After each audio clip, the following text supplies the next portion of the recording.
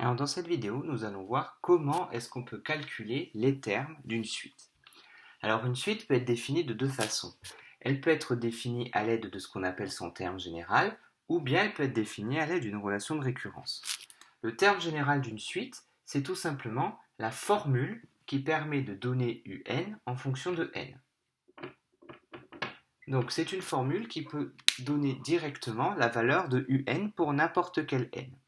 Lorsque j'ai le terme général qui va s'écrire donc comme ceci, un égale une formule avec du n dedans, donc on peut faire par exemple l'analogie avec une fonction f de x. Lorsque je donne ceci, la formule explicite d'une fonction f, je n'ai qu'à remplacer x pour connaître f de ce que je veux. Eh bien, lorsque j'ai le terme général, je fais exactement pareil.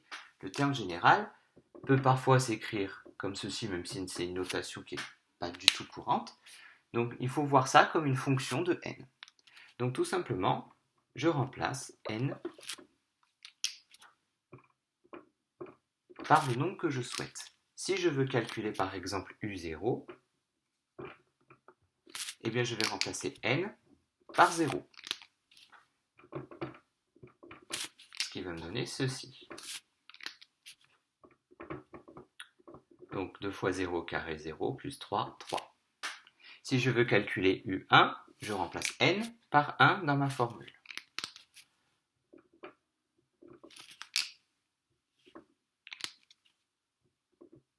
Donc 2 fois 1, 2, plus 3, 5. Si je veux calculer, mettons u10, je remplace n par 10. L'avantage d'avoir le terme général, c'est que je peux calculer directement un terme, u de n'importe quoi. Il suffit juste de remplacer. Donne 203. La relation de récurrence marche différemment. La relation de récurrence permet de calculer une suite connaissant un terme et une relation liant un terme et le terme suivant. On reconnaît une relation de récurrence lorsqu'on nous donne le premier terme de la suite, souvent u0, parfois u1 ou peu importe, et une relation qui va relier un certain un plus 1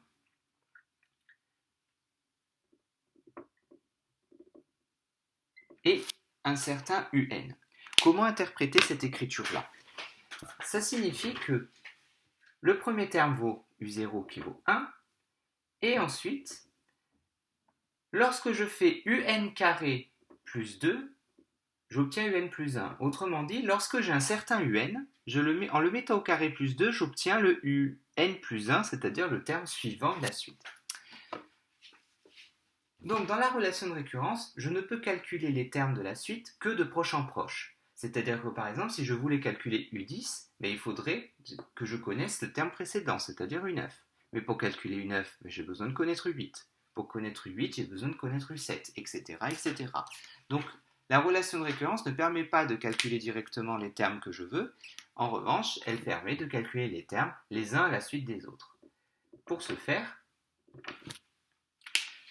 dans ma relation de récurrence, je peux tout simplement remplacer le n par le nombre voulu. Par exemple, si je veux calculer u1,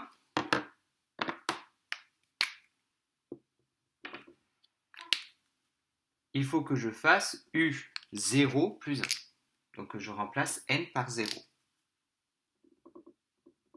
Donc ça fait, si je remplace n par 0 là-dedans, ça va me donner u0 au carré plus 2, c'est-à-dire 1 au carré plus 2, ce qui fait 3. Donc pour obtenir u1, je me suis servi de u0. Si je voulais u2,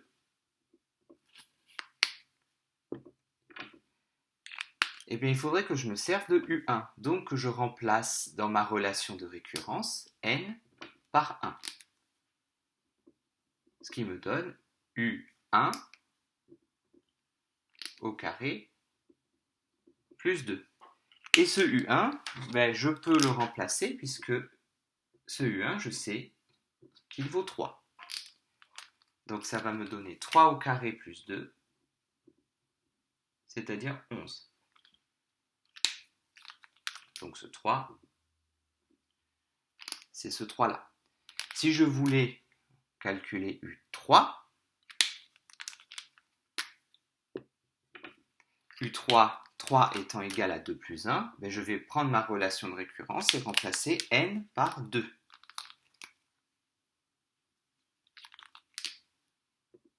Donc ça fait U2 plus 1. Et donc je vais me servir de U2. Donc en gros, ça revient à chaque fois utiliser le terme précédent. Donc ça fait 11 au carré plus 2, 123. Donc ce 11, où est-ce que je suis allé chercher? C'est parce que j'ai su calculer U2 avant. Donc lorsqu'on a une suite qui s'écrit avec une relation de récurrence, eh bien tout simplement, pour calculer un terme, je me sers du terme d'avant, du rang précédent. Pour calculer U1, ben, je me suis servi de U0. Pour calculer U2, je me suis servi de U1. Pour calculer U3, je me suis servi de U2. Pour finir sur les relations de récurrence, pourquoi est-ce que je vous ai présenté ça comme ça en vous disant qu'on remplace n par le bon nombre? C'est parce que parfois, il pourra arriver qu'on ait des suites qui s'écrivent comme ceci.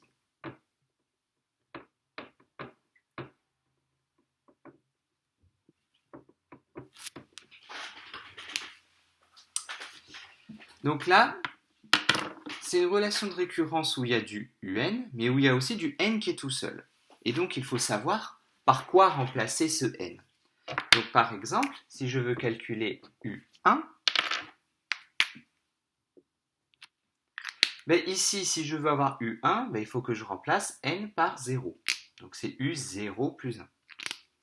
Donc, dans toute ma formule, je vais remplacer le n par 0. Alors, pour le terme ici, ben, je me suis bien servi du U0, du terme précédent, mais le danger provient de ce n-là qu'il faut remplacer non pas par 1, mais par 0, parce qu'on remplace n par 0 partout. Ce qui va nous donner 3 fois 1 moins 0 plus 1, ça fait 4. Si je voulais calculer U2, dans ma formule, ici, si je veux U2, ben, il faut que je remplace n par 1 pour avoir U1 plus 1. U2 1 plus 1. Donc, ce qui nous fait 3 fois U1. Je remplace n par 1. Donc, ce qui nous donne 3 fois 4. Ce 4-là. Moins 1 plus 1, ce qui nous donne 12. Pareil, si je voulais calculer U3, pour avoir U3 ici, ben, il faudrait que je remplace n par 2, parce que 3 c'est 2 plus 1.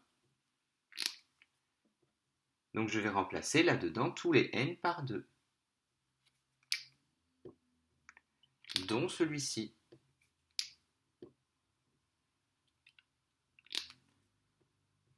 Ce U2, ben, il vaut 12. Donc mon calcul va devenir 3 fois 12 moins 2 plus 1. Donc 36 moins 2, 34, plus 1, 35.